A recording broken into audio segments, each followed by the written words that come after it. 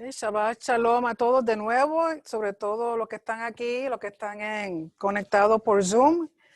Esta noche, la vez pasada, cometí un error que dije que eran dos porciones de la Torah, pero era solamente una, era Jucat, lo cual hablamos suficiente de ella.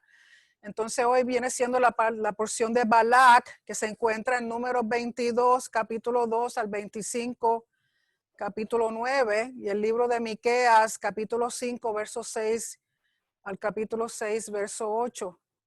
Pero lo que sí quiero hacer es, la vez pasada, recuerden que estamos hablando de la vaca roja y de las leyes de purificación. Por lo tanto, y habíamos hablado sobre la puerta este del templo, y habíamos dicho que la puerta este, que la mayoría de las personas consideran que es la por la cual va a entrar Yeshua, no es, que es otra. Pero la vez pasada, aunque hablamos de eso, yo no tenía la presentación, o sea, las láminas para que vieran exactamente dónde es. Así que vamos a ver eso un momentito.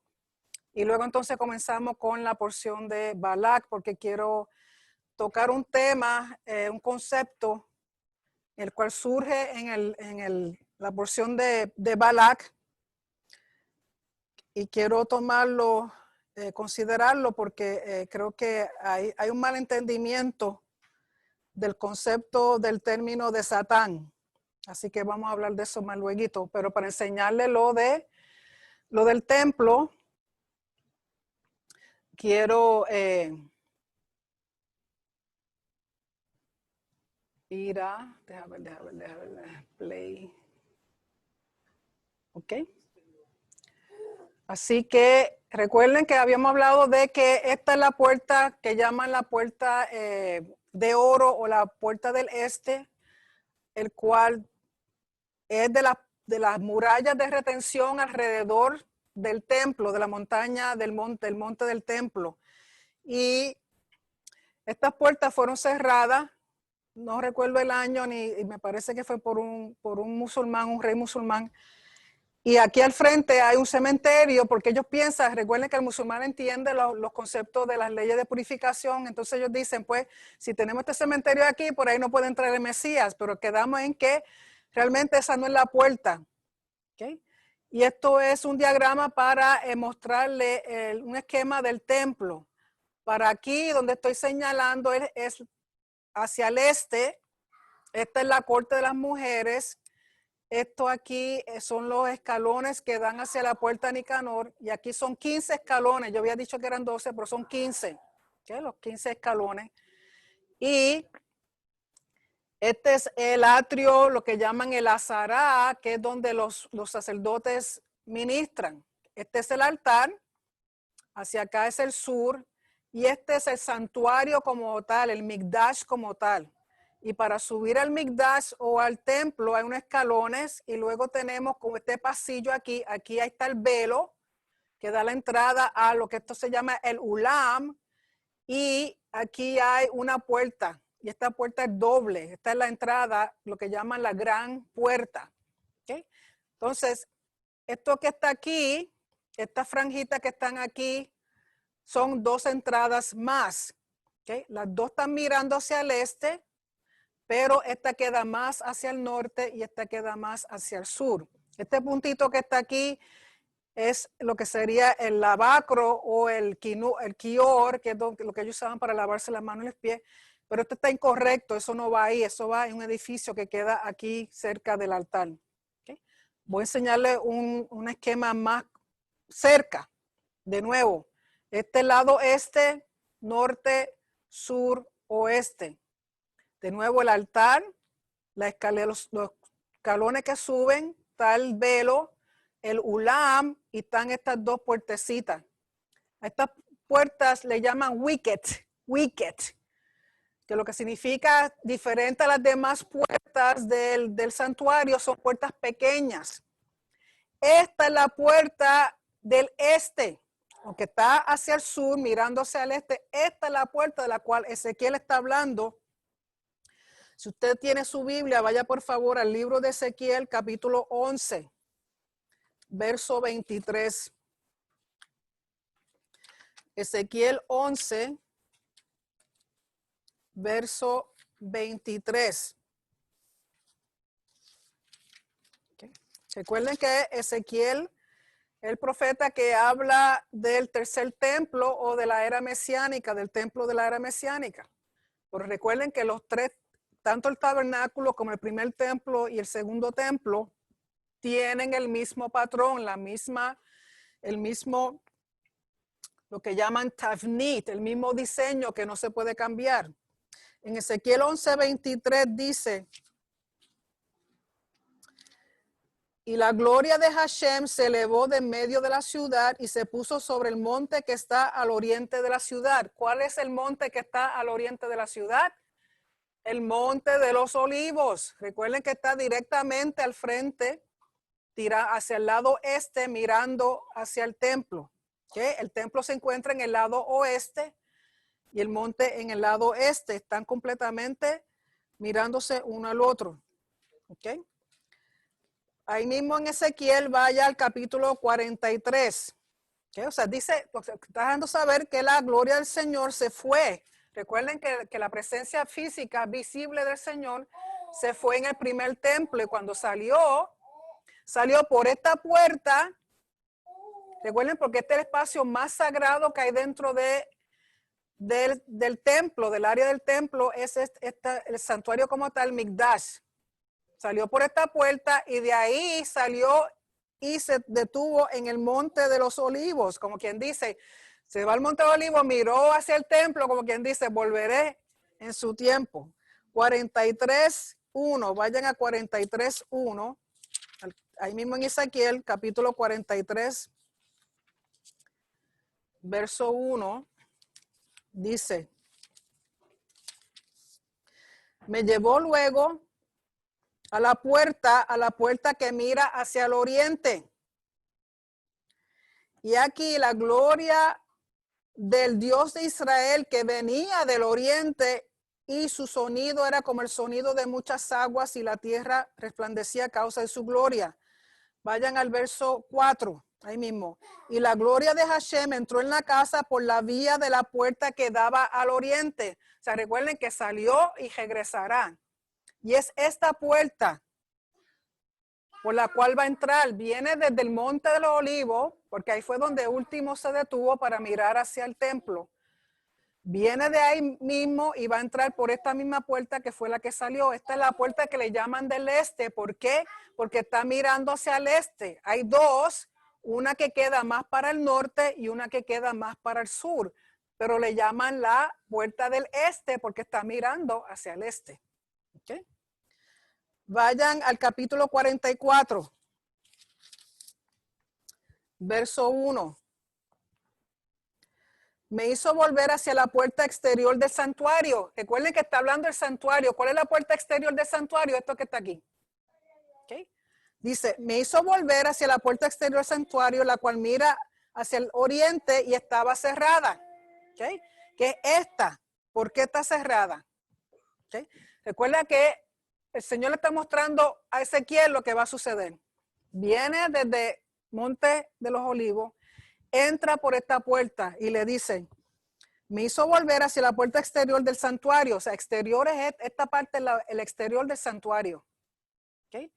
Que es como un pasillo, que es como cuando usted entra a su casa, que hay un pasillito, después entra a la sala o algo, pues así. Pero el santuario como tal es esto que consiste del lugar santo y el lugar santísimo. Y le dice, la cual mira hacia el oriente y estaba cerrada. Vaya de ahí mismo al verso 4.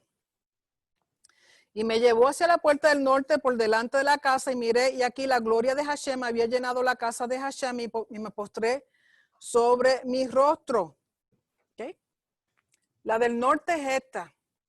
¿Por qué? Porque los sacerdotes, cuando van a abrir esta puerta del santuario como tal, no suben por aquí y abren aquí. Suben, doblan a la derecha, entran por esta puerta, entra esta cámara, sale de esa cámara. Entonces de adentro es que abren las puertas, no de afuera, de adentro. Porque la iglesia católica se copiaron de aquí. ¿Okay? Todo esto Esto es mirando de frente. Mirando de frente. Okay. Mirando de frente.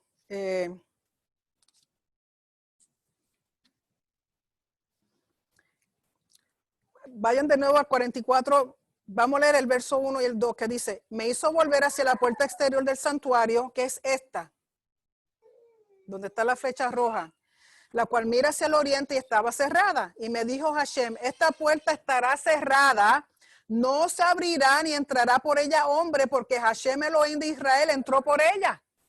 Estará por tanto cerrada. Cuando la gloria de Dios regrese de nuevo al templo, que va a ser por medio de Yeshua, ¿okay? Porque Yeshua, vamos a leer en Zacarías 14, que cuando él regrese, él va a parar en el monte de los olivos. ¿Okay? Cuando él regrese, va a entrar por esta puerta. ¿Por qué? Porque la gloria de Dios salió de ahí. Y dice, después que entre, tiene que ser cerrada, porque nadie más puede entrar por ahí, porque por ahí entró la presencia de Dios. Y para que una puerta, la puerta del este, esté cerrada, tiene que ser esta, porque no pueden hacerlas de afuera, donde están los muros, porque por ahí que van a entrar las personas, la gente, cuando vengan a la fiesta y vengan al templo. Tú no puedes cerrar esa puerta. ¿Okay? La puerta que está bien afuera, en la muralla, que es la que vimos, que está cerrada, esas las tienen que abrir, porque esas van a ser una de las entradas por la cual van a venir los pueblos, las naciones, a subir al templo. Por lo tanto, tú no puedes mantener esa puerta cerrada. La que tiene que estar cerrada es esta, que es la puerta que mira hacia el este. Por eso, la gente se cree que Yeshua va a entrar por la puerta de afuera del exterior de la muralla. Los confundí. ¿Entendieron eso o no? O sea, no es la primera puerta que vimos porque está la muralla.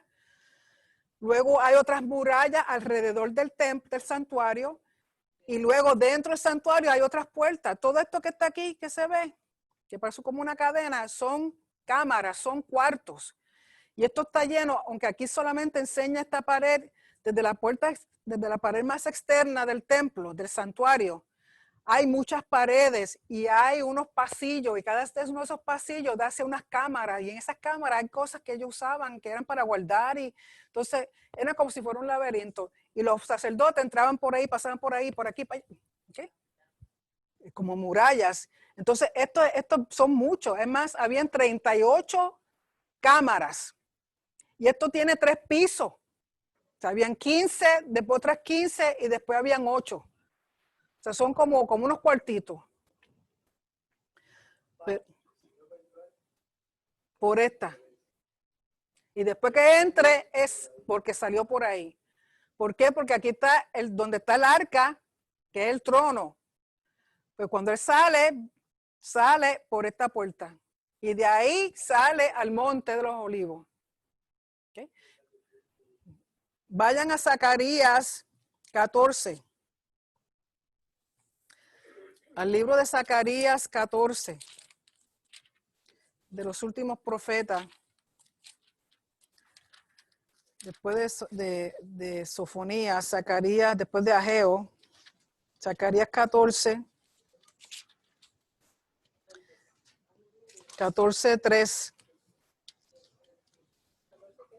3. Dice, después saldrá Hashem y peleará con aquellas naciones como peleó en el día de la batalla.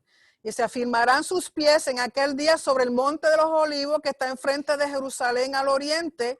Y el monte de los olivos se partirá por en medio hacia el oriente y hacia el occidente, haciendo un valle muy grande. Y la mitad del monte se apartará hacia el norte y la otra mitad hacia el sur. Vayan al libro de Hechos. Hechos 1. Capítulo 1 del libro de Hechos. Okay,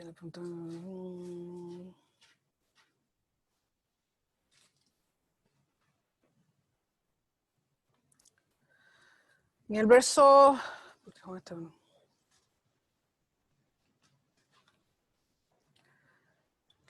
verso 11, no mentira, verso 10 del capítulo 1 de Hechos, dice, recuerda que aquí es el momento en que Yeshua está hablándole a los discípulos, le está diciendo no se vayan de Jerusalén porque viene el poder del Espíritu Santo, lo que él le había prometido. O sea, se está despidiendo. ¿Ok? Y dice, verso 9, y habiendo dicho estas cosas, viéndolo ellos, o sea, los discípulos, fue alzado y les recibió una nube que le ocultó de sus ojos. Y estando ellos con los ojos puestos en el cielo, entre tanto que él se iba, he aquí que se pusieron junto a ellos dos varones con vestiduras blancas, los cuales también les dijeron, Hechos 1, capítulo 1, verso 9. El 11 dice, los cuales también les dijeron, varones Galileo, ¿por qué estáis mirando al cielo? Este mismo Yeshua que ha sido tomado de vosotros al cielo, así vendrá como le habéis visto ir al cielo. O sea, de donde mismo salió es de donde regresa. ¿Y dónde estaban ellos cuando Yeshua le dijo eso? En el Monte de los Olivos. Por lo tanto, Zacarías cuando habla de que Hashem vendrá y pondrá, no es Hashem, es Yeshua a través de Hashem. Por lo tanto, si Hashem salió de esta puerta, se posó en el Monte de los Olivos para mirar una vez más al templo y se fue su presencia visible, porque Hashem nunca ha dejado a Israel, pero lo que podían ver su presencia. Esa misma presencia es en Yeshua. Cuando Yeshua regresa al monte. ¿Por qué? Porque primero salió de ahí, igualmente que la gloria de Dios regresa ahí mismo y entrará por esa puerta. Después que entre esa puerta hay que cerrarla. Y nadie más la puede usar. Por eso ellos usan esta, que es la del norte. Ven aquí, que hay como una rayita. Pues entonces subía el sacerdote, entraba por la cámara, entraba por aquí, por esta puerta. Entraba esta cámara, salía por aquí, entonces abría las puertas. ¿Okay? No podían abrirlas directamente de afuera, eran de adentro hacia afuera. ¿Yep? ¿Entendieron eso? ¿Por qué es esa puerta y no la que ellos se creen que está allá afuera? Que la cejaron, le pusieron un cementerio y dice, por ahí no viene el Mesías. No, no viene por ahí porque viene por otro lado. ¿Ok? Así que, ¿entendieron eso? Ok. Vamos entonces a empezar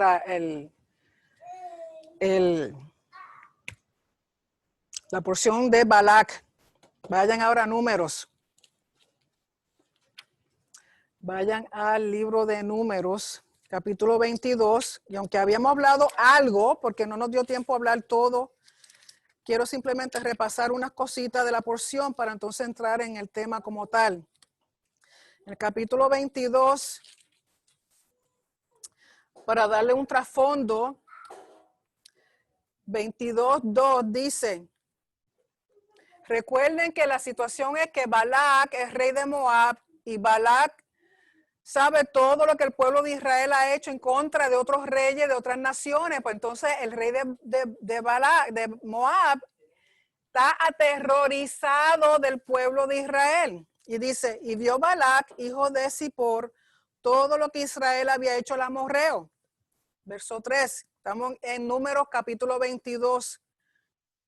Verso 3, y Moab tuvo gran temor a causa del pueblo porque era mucho y se angustió Moab a causa de los hijos de Israel. Y dijo Moab a los ancianos de Madián, recuerden que van a ser las naciones de Moab y de Madián juntas. Ahora lamerá esta gente todos nuestros contornos como lame el buey la grama del campo. Y Balac, hijo de Zippor, era entonces rey de Moab. Por tanto, envió mensajeros a Balaam, hijo de Beor, en Petor, que está junto al río en la tierra de los hijos de su pueblo, para que lo llamasen, diciendo, un pueblo ha salido de Egipto y aquí cubre la faz de la tierra y habita delante de mí. Recuerden que Moisés había enviado mensajeros para que los dejaran pasar por Moab. Ellos dijeron que no. ¿Verdad? Entonces ellos están todavía acampando ahí, decidiendo para dónde van, cómo van a salir, para qué la van a tomar. Verso 6. Ven pues, ahora te ruego, maldíceme este pueblo, porque es más fuerte que yo. Quizá yo pueda herirlo y echarlo de la tierra, pues yo sé que el que tú bendigas será bendito, y el que tú maldigas será maldito. Que es parecido a lo que a lo que Dios le dijo a Abraham, que en ti serán bendecidas las naciones, que el que te bendiga será bendecido y el que te maldiga quedará maldito. ¿Okay? Verso 7, fueron los ancianos de Moab y los ancianos de Madián con las dádivas de adivinación en su mano y llegaron a Balaam y le dijeron las palabras de Balac. Tenemos que entender que Balaam es un profeta pagano, que no es otra cosa que un mago, que un hechicero, que usaba de encantos y adivinaciones para hacer maldiciones y hacer bendiciones. O sea, tenía una fama, una reputación de que lo que él hacía, lo hacía muy bien. Por eso el rey de Moab, Balac, lo alquila. O sea, le dice, lo envían con estos ancianos. Recuerden que los ancianos son las personas de alta nobleza y más importante. Los envían a que busquen a este señor. Y le dicen, te vamos a dar tanto y te vamos a dar tanto. Pero que resulta que Balaam dice, bueno, déjame consultar con Dios. Lógico, siendo un brujo, se conoce todos los dioses habido y por haber en toda esa área. Y él sabe porque cada nación tiene su Dios. Y él sabe que el Dios de Israel es Hashem. Después déjame ver qué dice el Hashem de los israelitas. Y Hashem primero le dice que no. Y le dice, no puedo ir porque Hashem dice que no. Vuelven otra vez, pero mira que sí te necesitamos, que es importante porque esta gente nos van a liquidar y ok. Vuelven otra vez y vuelve y dice, deja ver qué dice Hashem. Hashem dice, está bien, pero lo único que puedo hacer es decir lo que él diga que yo pueda decir. Y dice, y le dice, llega el momento en que entonces Balaam se va y recuerden lo que sucede, que porque él deseaba el dinero que le iban a pagar, y aunque él sabía que no podía decir más que lo que Dios le dijera que dijera, él va bien contentito, se monta en su burrita y se va de camino para allá y se le aparece el ángel de Hashem. Vayan al verso 21 del capítulo 22. ¿Okay? Recuerden, ya él va de camino porque entonces el Señor le dijo, está bien, te voy a dejar ir, pero vas a decir lo que yo te diga que digas. ¿Okay? Así Balaam se levantó por la mañana y enalbardó su asna y fue con los príncipes de Moab. Y la ira de Dios se encendió porque él iba y el ángel de Hashem se puso en el camino por Satán. En el hebreo es la palabra Satán. Lo que aquí dicen adversario, pero ¿quién es el Satán? El ángel de Hashem. El ángel de Hashem se pone como Satán en medio del frente de Balaam. ¿Okay? Así que quédense con eso en la mente. Porque lo que quiero es hablar de eso. ¿Por qué le llaman al ángel de Hashem? ¿Por qué le llaman Satán? Así que vamos a...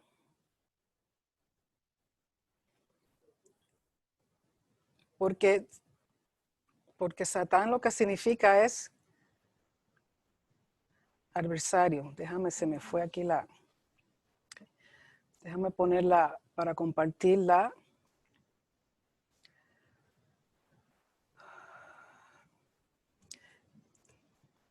Okay. Así que estamos hablando de Balac y Balaam. Recuerden que Balac es el rey de Moab que mandó a buscar a Balaam para que maldiga al pueblo. Así que vamos a hablar del concepto de Satán, del concepto de Satán. Pero primeramente, vayan al final de... Recuerden que entonces Balaam va, trata de maldecir al pueblo, él hace unos sacrificios, le dice a Moab, prepárate tanto sacrificio, y él va y lo único que sale de la boca de Balaam son bendiciones hacia Israel. Y lo hace 3 veces y llega el momento en que Balac está enojado porque dice, caramba, te llamo para que venga y me maldiga este pueblo y lo estás bendiciendo. No te voy a dar nada de dinero, vete por tu lado y yo por el mío. Está bien, no hay problema. Pero eso no quedó ahí. Vayan al capítulo 31 de Números, verso 8. Capítulo 31, verso 8. Porque Israel se va en guerra con Madián. Y en esa guerra, porque Balaam, en vez de irse para su casa, se quedó con los madianitas. Y en la guerra esa que hubo, muere. Dice, mataron también entre los muertos de ellos a los reyes de Madián, a Evi, Requem, Sur, Ur, Reba, 5 reyes de Madián. También a Balaam, hijo de Beor, mataron a espada. ¿Okay? O sea, que tuvieron que matarlo. Vayan a números 24, 25. Números 24. Si usted no está experto en buscar los libros de la Biblia, hoy se hace un experto, porque vamos a estar buscando muchos versos. Porque la evidencia habla sola. ¿Okay? Números 24, 25. Recuerden que como no pudo maldecir al pueblo, dice, entonces se levantó Balaam y se fue y volvió a su lugar y también Balac se fue por su camino.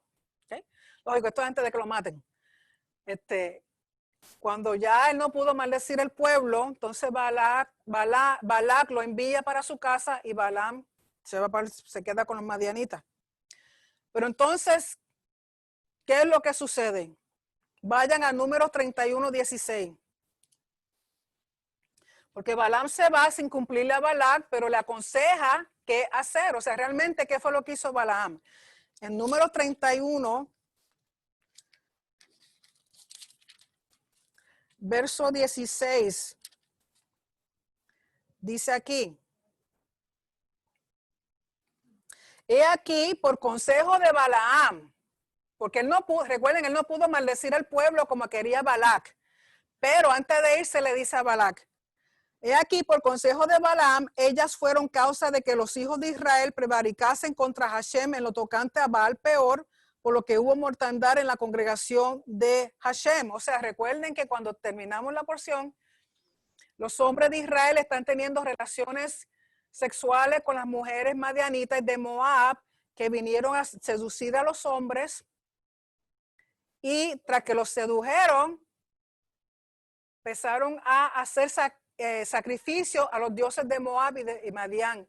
Y los hombres israelitas, por hacer lo que estaban haciendo, le dicen, está bien, no hay problema, mijita, se comían de lo que le sacrificaban, o sea, participaron de idolatría, empezaron a adorar a Baal Peor, que era el peor, a Baal Peor, que era el dios de Moab. ¿Okay? Entonces, porque ese fue el consejo que Balaam le dio a Balac. Mira, no los puedo maldecir, pero ellos mismos se van a maldecir. Envía a todas las nenas lindas que tú tienes para allá, para que forniquen con ellos y hagan rito sexual a los dioses Baal, los dioses de ustedes, participen de los sacrificios y ellos mismos se van a maldecir. ¿Por qué? Dice,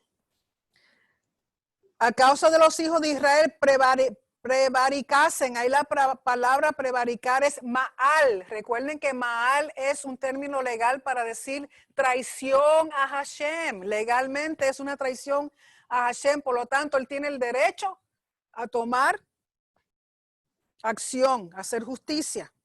¿Okay?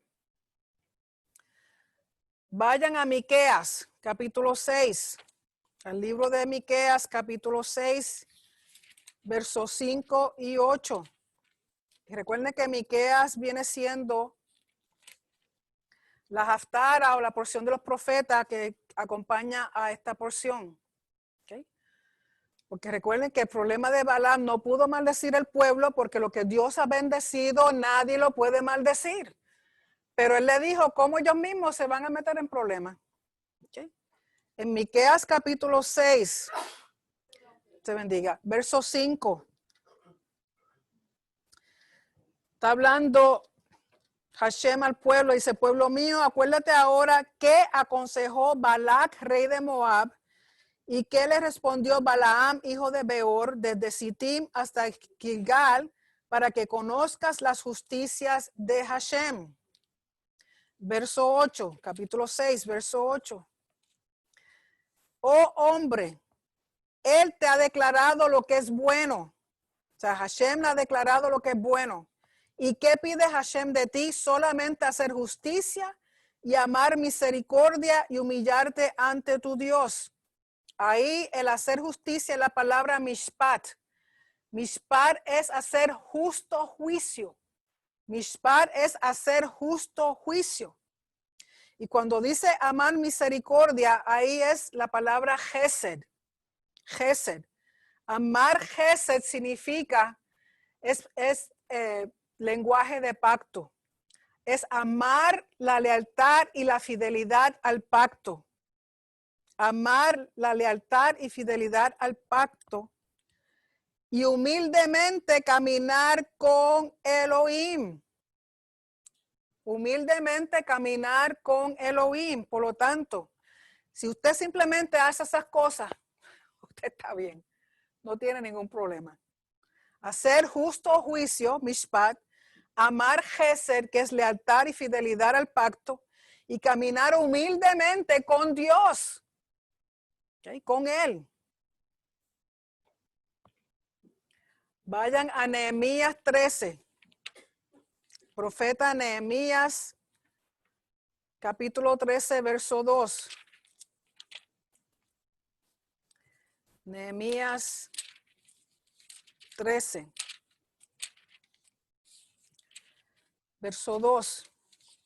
Porque recuerden que cuando tú terminas de leer la porción de Balac, no te dice pues, que cada cual se fue por su lado. Balac por un lado y Balaam por otro.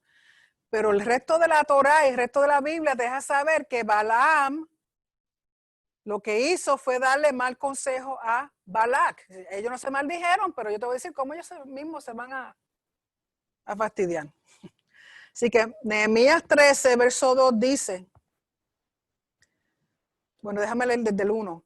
Aquel día se leyó en el libro de Moisés, oyéndolo el pueblo, y fue hallado escrito en él que los amonitas y moabitas no debían entrar jamás en la congregación de Dios, por cuanto no salieron a recibir los hijos de Israel con pan y agua, sino que dieron dinero a Balaam para que los maldijera, mas nuestro Dios volvió la maldición en bendición.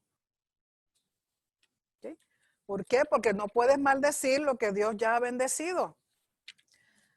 Vaya a Malaquías. Malaquías capítulo 1, versos 11 y 12. Malaquías 1.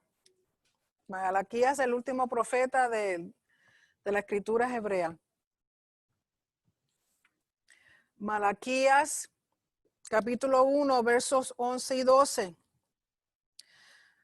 Porque desde donde el sol nace hasta donde se pone es grande mi nombre entre las naciones, y en todo lugar se ofrece a mi nombre incienso y ofrenda limpia, porque grande es mi nombre entre las naciones, dice Hashem de los ejércitos. Y vosotros lo habéis profanado cuando decís, inmunda es la mesa de Hashem, y cuando decís que su alimento es despreciable. ¿Okay? Por lo tanto, mientras que las naciones reconocen la grandeza de Hashem, el pueblo de Dios no lo ve así. ¿Okay? Vayan a Deuteronomio 23. Deuteronomio 23, versos 4 al 5. Deuteronomio 23.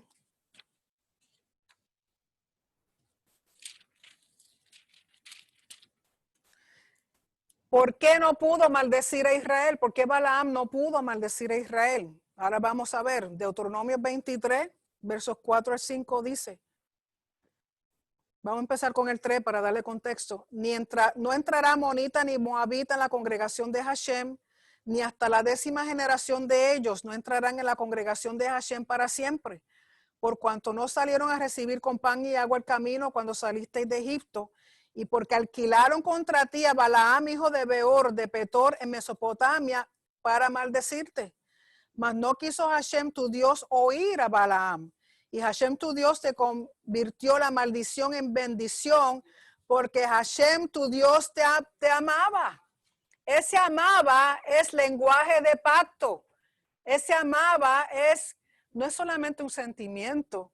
Amaba al pueblo porque está en pacto con él. Dios tiene que cumplir el pacto que tiene con Israel y Israel con Dios. Si Israel es, no tan solo Israel, nosotros, porque si nosotros nos llamamos Israel, nos toca también a nosotros. Si nosotros somos leales y fieles a él, entonces él también tiene que ser leal y fiel a nosotros. Cuando se habla de amor en la Biblia, es amor en referencia al pacto. Porque Hashem, tu Dios, te amaba, ¿por qué? Por el pacto. Por eso dice que el amor nunca deja de ser. Sí, porque el pacto nunca deja de ser. ¿Ok? Josué 24, vayan a Josué 24.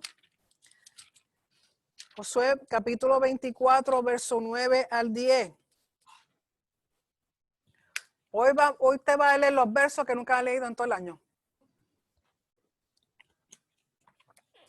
Josué 24, 9 al 10. Dice, después se levantó Balac, hijo de Zippor, rey de los moabitas, y peleó contra Israel, y envió a llamar a Balaam, hijo de Beor, para que los maldijese. Mas yo no quise escuchar a Balaam, por lo cual los bendijo repetidamente y os libré de sus manos. ¿Okay?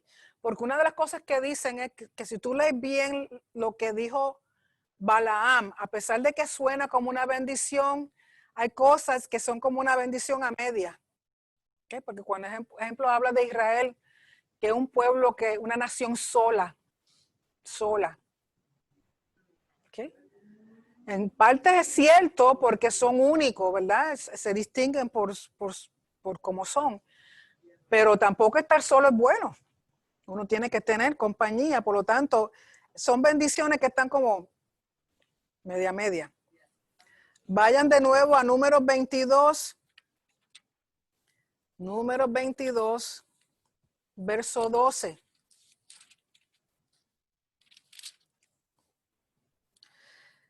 Entonces dijo Dios a Balaam, no vayas con ellos ni maldigas al pueblo porque bendito es. En 23, ahí 23, 8. Este es Balaam hablando, dice, ¿por qué maldeciré yo al que Dios no maldijo? ¿Y por qué he de execrar al que Hashem no ha execrado? O sea, esta palabra, lo que Dios ha bendecido, tú no puedes maldecir. Y en Proverbios 26, vayan a Proverbios, después de Salmo. No, si hoy es un recorrido de la Biblia completa.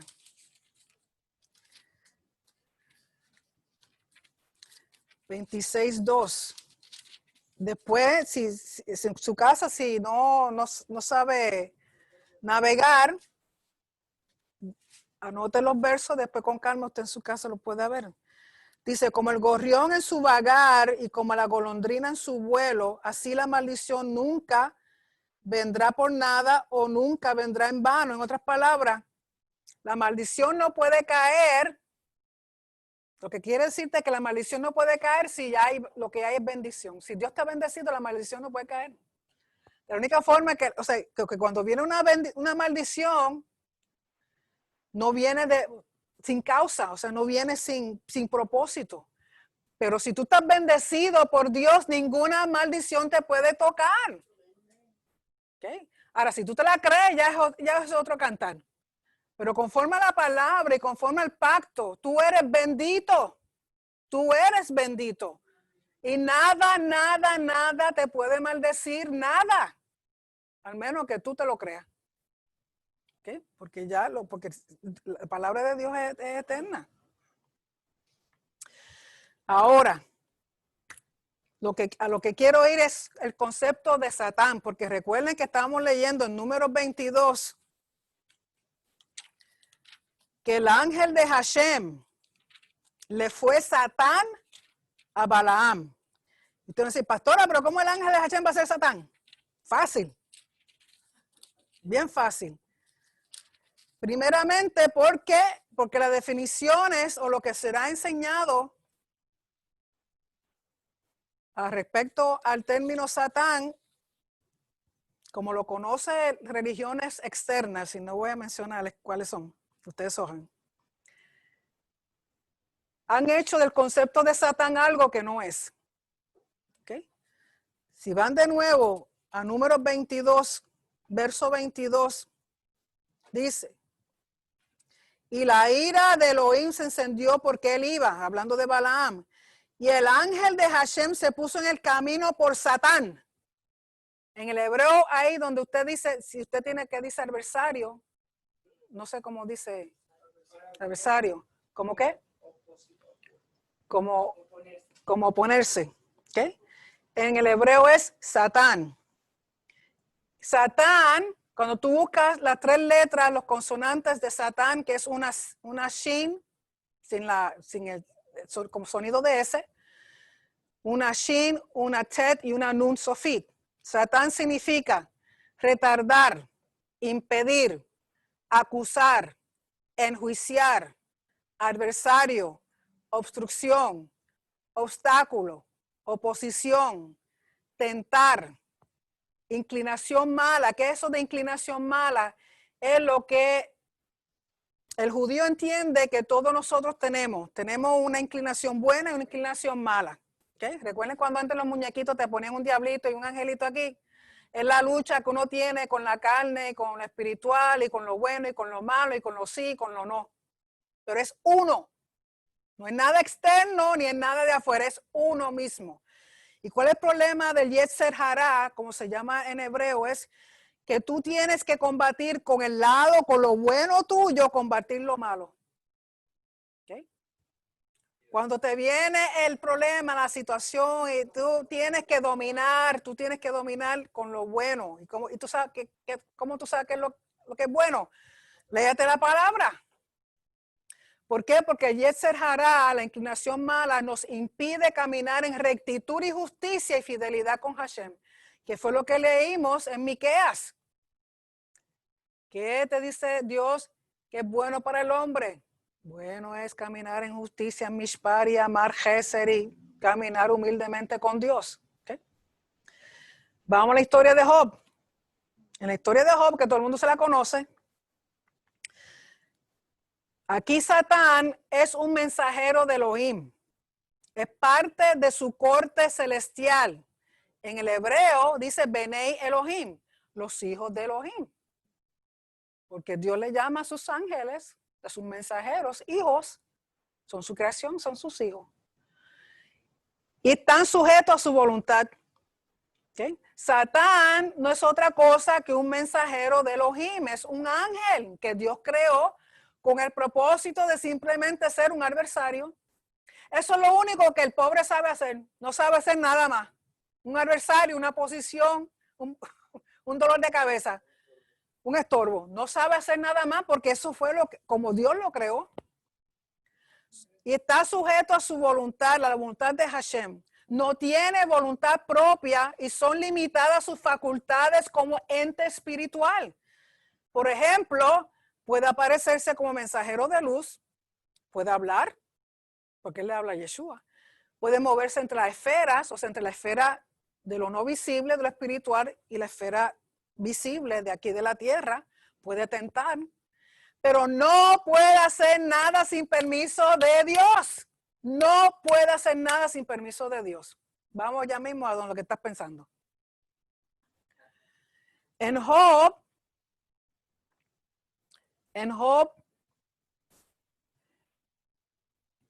la función de Satán y el rol es como fiscal, acusador de los hombres y las acciones contrarias de los hombres hacia las palabras de Hashem. Solo puede ver lo malo en la humanidad. Cuando Satán, el ángel Satán mira, recuerden, Satán es el verbo, la acción. Ese no es su nombre. Satán no es un nombre. Satán es un verbo. Es una acción. Cuando Satán, ¿dónde salió eso? It wasn't me. Cuando Satán solo puede ver lo malo en la humanidad. Por eso les digo que cuando él mira a los seres humanos, no puede ver nada bueno en ellos. Siempre tiene que buscarle lo malo. Ah, mira, viste lo que está diciendo. Ah, mira, viste lo que estás haciendo. Ah, mira. Es un fiscal. Esa es parte de su función. En los contextos religiosos, cuando la gente dice que Satán tiene poder, déjame. ¿Ah? No, no soy yo. Déjame un momentito. Bajar aquí un momentito.